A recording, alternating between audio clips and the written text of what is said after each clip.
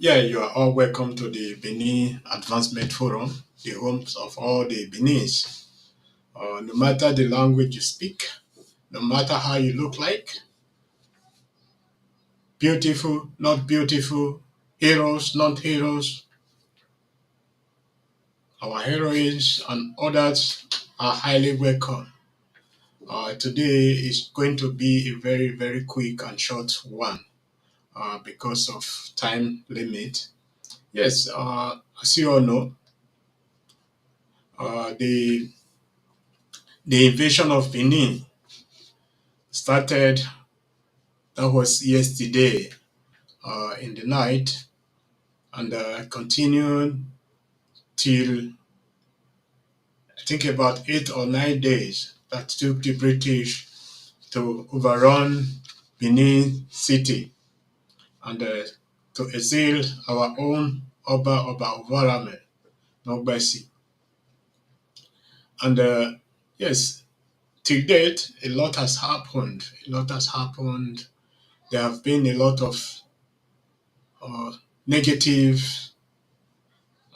things that has really happened in our land in Benin Empire.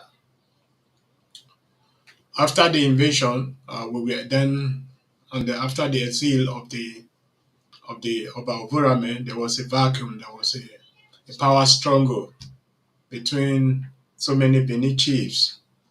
For one, like Obaseki and so many of them, who were trying to take over power either by force or by influence of the British people or the British Empire. But you know, people always say what the ancestors and the God Almighty didn't sanction will not function in that way. Yes, and we saw how the Benin monarchs and the Benin crown prince of those days fought to reinstate the Benin tradition, style, and system of ruling. And we what we are now enjoying today, we have to thank those people for standing their ground, for the rebuilding of Benin City, for the rebuilding of the Upper Palace, and so many other things they have done to date.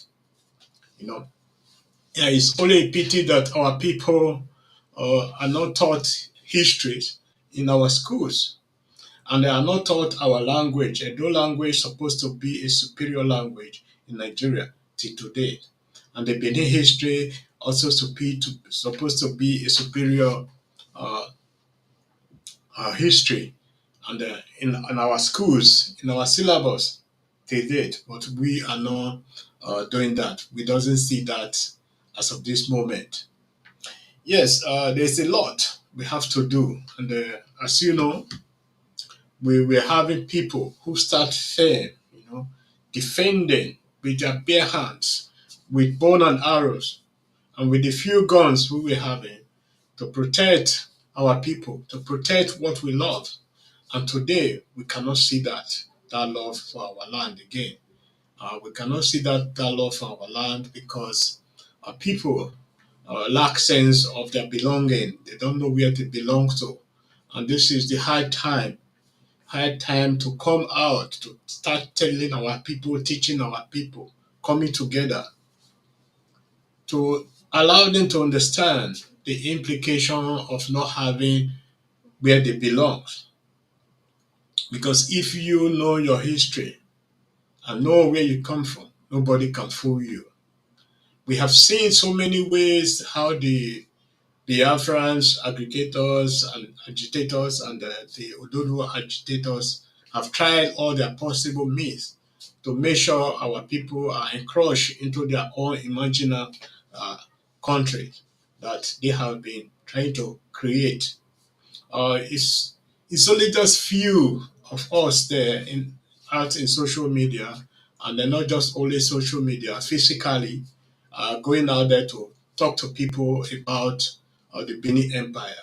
I think we have to increase our effort and join hands together with the monarch, with our Reverend Father, and the father of all the Benin's, no matter where they reside, to come together to have a one single language. That doesn't mean you cannot speak our Esan, we cannot speak our Ika, we cannot speak our Urobo or Ishekiri or Isoko or the Ukuani language and others.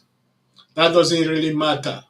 What matters is when we also have a one language that we focus on, that represent us internationally, then we will be having the same level as the North, we will be having the same level as the western part, and we will be having the same level as the eastern part. Then nobody can fool us again. I have been preaching for the South-South unification, to have a South-South unification, because the territory of the former Benin Empire or the Benin Empire is even more larger than that, 3 times larger, not even 3 times, is even more 50 times larger than it is today. Those that are claiming Nigeria today doesn't even have land in Nigeria. Most of them are foreigners, like the Yorubas, they are foreigners in Nigeria. The Igbos are foreigners. The Hausa people and Fulanis are foreigners in Nigeria. But the indigenous, we have to start giving them a voice. Those who owns Nigeria, like the Ebire people, like the Edo Benin people as well, and so many other people who owns Nigeria, we need to start giving them a voice. Because when you look at the happenings of in Nigeria today, then you will understand that the British didn't left us deliberately to be there as one people. They have planned something for the future. Because of our resources, when we are fighting ourselves, our resources will be looted from back. And this is what they have been doing uh, from time to time. Let us look at the Igbos, for example. If you look at the Igbos, the five or the three major ethnics that make up Igbos, they cannot even have their own identity today. It's difficult for them to have their own identity because they already lost their identity to the name Igbo. It's likewise the Yorubas. Those 6 or 7 or 5 major groups that make up Yorubas also lost their identity to the name Yoruba from the British. And now we are having that problem to compete with these people. To compete with these people, and I think we need to be the competition. We have to grow up in that competition to match the level they are today. Okay, for example, the new states that are being created today or will be created, if you look at it, how the South is being marginalized. Edo State alone is bigger than the whole of the East, is bigger than the whole of the East. And now they are carving Edo, some part of Edo, to Ondo, from Ondo to form a new state. Edo is supposed to be minimum 4 states. Minimum 4 states. Orium was supposed to have their own state. Ovia is supposed to have their own state. Oredo supposed to have their own state. Asa supposed to have their own state. Etako, Afiema, and others are supposed to have their own state because we, in land mass and population, we are even more than the whole eastern part of Nigeria. We are more than that Yorubas we are talking about today. We are supposed to be having Ikwere State. We are supposed to be having Anioma State. We are supposed to be having so many states. You see? And so many local government, Orion local government can be divided into 6 local government because of the federal allocation. Now, we are going to be receiving the same allocation that is being allocated to those small states financially on our own disadvantage. And for our own development, it is time we start standing up. I'm tired of calling and calling. I'll be saying this, no matter who is going to lead, I will follow that person. I will support with all I have so that we have a South-South nation. Even though we are going to hold a referendum separating from Nigeria, let it go that way. Because we have been seeing how these three people, these three tribes, have been trying to marginalize our people to the lowest extent. They don't even count us as people. The British give them sense that we belong to them, but they were not taught that they are residing in our land, and now they are marginalizing us. Everyone knows I'm against violence. That is why I'm for referendum. To have a referendum for people to decide for themselves democratically according to the constitution of Nigeria. No one should be left behind. Now we are being left behind. They are creating Warri State because of the oil in those areas. How big is Warri place? How big is Warri? Delta State is supposed to be at least 3 or 4 states. Edo is supposed to be 3 or 4 states. Let us try to be understand. And let us understand one thing. There are people who is against that. To say, no, uh, we are going to separate us from brothers and sisters. No, it's not going to separate us. If we are not going to do that, if we won't allow them to divide Edo State into 4 or 5 states, even we are going to be on the disadvantage.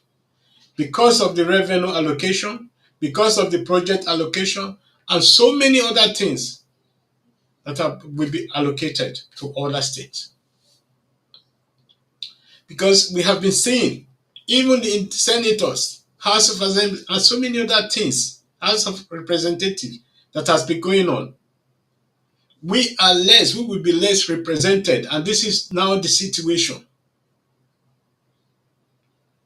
This is now the situation we are going to be facing. If you leave your father's house to form your own camp, to form your own village, to form your own town, that doesn't take you away from your father's house, if that is the problem we're having. Dividing Edo State will not take anybody, any Edo person, away from the Oba of Benin. Isan is our brother. Isako is our brothers and sisters. All is our brothers and sisters. The Urobo, the Isoko, the Ikwanis, they are our brothers and sisters. State will not take you away from where you belong. They know their traditional house, and I believe every one of them will respect that fully and comply. But if we cannot do that, I believe we are going to be having a very big problem financially in the future because of project allocation, the financial support from the federal government, and so many other things. Imagine recruitment of workers. If every state is providing 2 workers, the smaller state with all 1 million will provide 1 worker. Edo will provide only 1 worker. Edo with 7 million. So, is it an advantage or disadvantage? Project allocation. The project that will be allocated to every state will also be equal to that of Edo. We will not be having the amount we are supposed to be having to feed 7 million. It's quite different when you are feeding 7 million as feeding 1 million. Let us start reasoning. When people were saying we were against the division of local government, I think there's a lot of misinterpretation of so many nuisance that is going on social media. Appointing a no-gays doesn't have anything to do with local government. We, the traditionalists, we have the system of our own local government, has to divide and, for example, local government, council, ward, and all that. We have our own different way of doing that in the traditional ways. It doesn't even comply with that of the local government. When people are putting fake information in the social media, people don't care to confirm if what they are posting and bringing is uh, is the fact or this is fake. For example, for the past few days, there's a letter that's been trending in the social media about the letter the doctor of President Tinubu wrote to our Reverend Monarch. Yes, it is not bad and it is not forbidden for anybody to write our own monarch. But what was bad in that is to influence our Benin people. And at the same time, nobody cared to prove the authentication of that letter or that document to see uh, if this is real or a fake document. But all our Edo people were just descending on the palace, descending on the Benin monarch as if he's their greatest enemy ever. You have never heard any statement from the Benin Traditional Council, nor from the Oba Palace to confirm any ejeki. And now you are doing what you were doing. I have always said social media is there to educate people. And at the same time, it's also there to brainwash people, to give them fake information, to lose the sense of their belonging, to lose the sense of thinking for themselves. When we were in Great Benin Emancipation, or when Great Benin Emancipation was formed, I wasn't there when it was formed, but I came in very early, in the early stage, before the appointment and others of executive and all that, you know. And I have been looking at so many people, I've viewed so many people, provoked so many people to understand why they are there why they were there with us. And I came to understand that not all of them meant well for the Benin people. Not just, I will not say Edo people, but not for the Benin people. For the Benin people entirely. Because their actions speak louder. Greediness, supremacy, and other problems that we have in there. I tried my best to contain that. But when it were coming to an extent that I couldn't control that, not to disorganize any organization that is made for the good of our people, I decided to quit. And so many of our people who also understand the problem we were facing left also.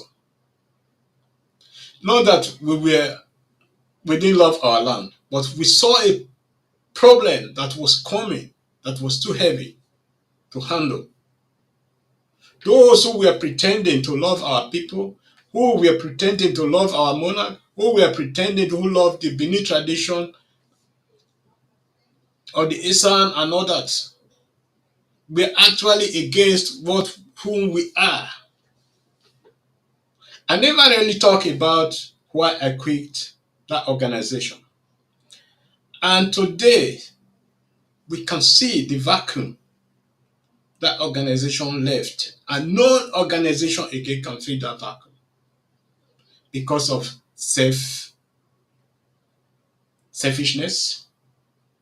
self-destruction, and so many others. When I see a lot of you today commenting on social media, in so many groups you are, insulting our monarchs, insulting me, insulting my friends who were with me then, calling me a traitor, doing all sorts of things. I always say, when the time comes, we will identify all of you.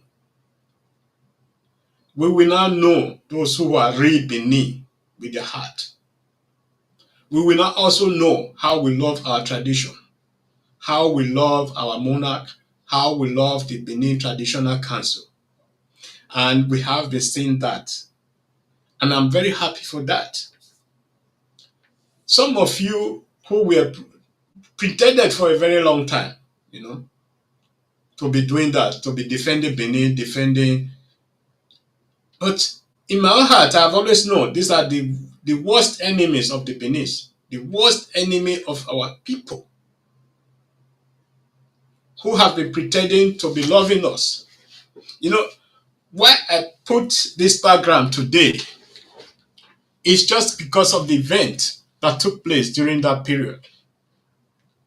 We were having EDOS, Isan, Wobo, and so many of them, of them that period, who pretended to love their people, joining forces with outsider to destroy our civilization, to impose another civilization on us that is giving us problem today, that is marginalizing us today. It is the time that we really wake up to see, to say, enough is enough. Forgiving every crime these people committed that period, they should be forgiven. We should not use it against their children or their grandchildren or their great-great-grandchildren because they cannot pay for the sin their father committed. Because these are different set of human beings. When I tell people that I'm not interested in politics, not that I'm really not interested in politics, it is because the way our people play the politics. It's like we're playing the politics of demonizing our people instead of, in some ways, to encourage them to do more. See, we also have the right to criticize anybody that is not performing, and I have been doing that, and I will also praising them for what they have done so far.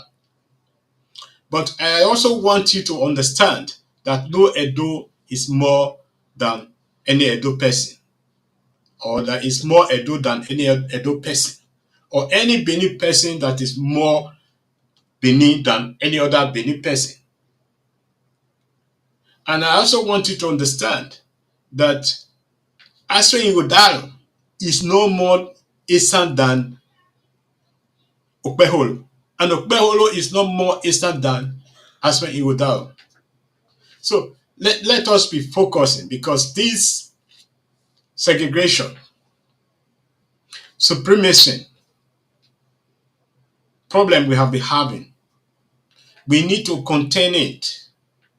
We need to contain it. We have to bring sacrifice if we want to really unite our people. If South want to stand as one, we have to push our heads down, no matter who we choose to lead us. I will support him. I'll be saying this. And I will be using my own media to be calling for South unity.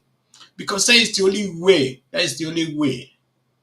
Because what we have been experiencing and what we are experiencing today is because of the background and the foundation we laid on ground that is affecting us seriously.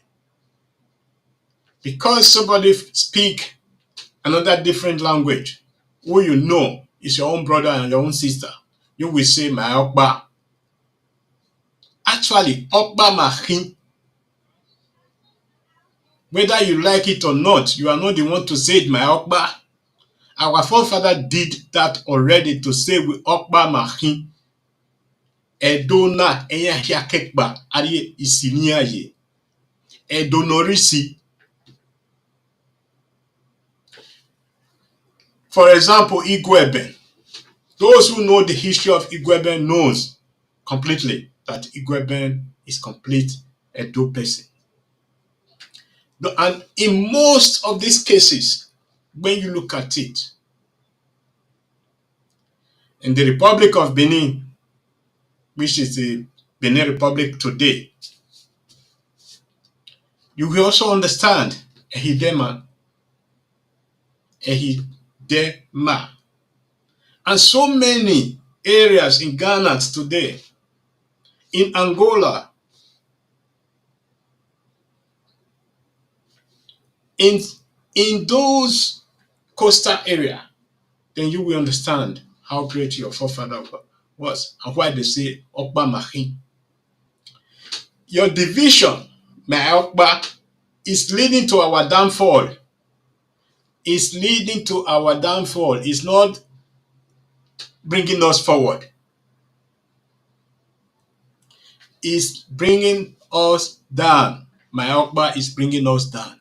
Divide and conquer. That is what we are experiencing. You need to move forward. So that is all I have to say today. In honor of those that defend, that stand to defend the Benin people, whether it was Islam, they didn't care whether they come from Islam, whether they come from Robo, Isako, and so on, Isoko, they stand together to defend our land, to expand our empire, because they know Okpa Mahin. And now, people need to understand the sacrifice our ancestors brought. For example, Oba Akenzwa II, the creation of the Midwest. There are heroes there. For example, Anthony Enahoro was against the creation of the Midwest. Firmly, he fought with all he had against Oba Akenzwa. But Oba Akenzwa II never lost any word of bitterness against that man. He was even allowed to have status and so many other things in Benin. And those that stand firm with Oba Akenzwa II, that period, like Chief Omo Usaigi and so many of them, should be honored. We should have a memorial day to be honoring our ancestors, to honor them, to give thanks to them for their sacrifice. During the invasion of the Benin Empire by the British in 1897 or 79, pardon, our forefathers were fighting with bone and arrow and with the dang gun they were having, while the British were using their superior power, one of the modest weapon that was available that period.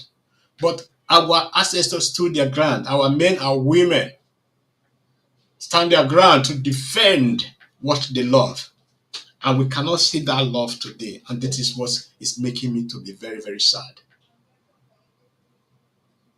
Even those of us or those of you that are highly educated, who has a professor, who has doctor's titles, engineer, we can see some of them, the stupidity that have developed in their brain and in their heart. We are one people with different language, with different culture, in different location, but from the same ancestors. So I would like to end this broadcast with Okba Mahin. We are one people. Thank you, our heroes and heroines, for standing their ground, and one love.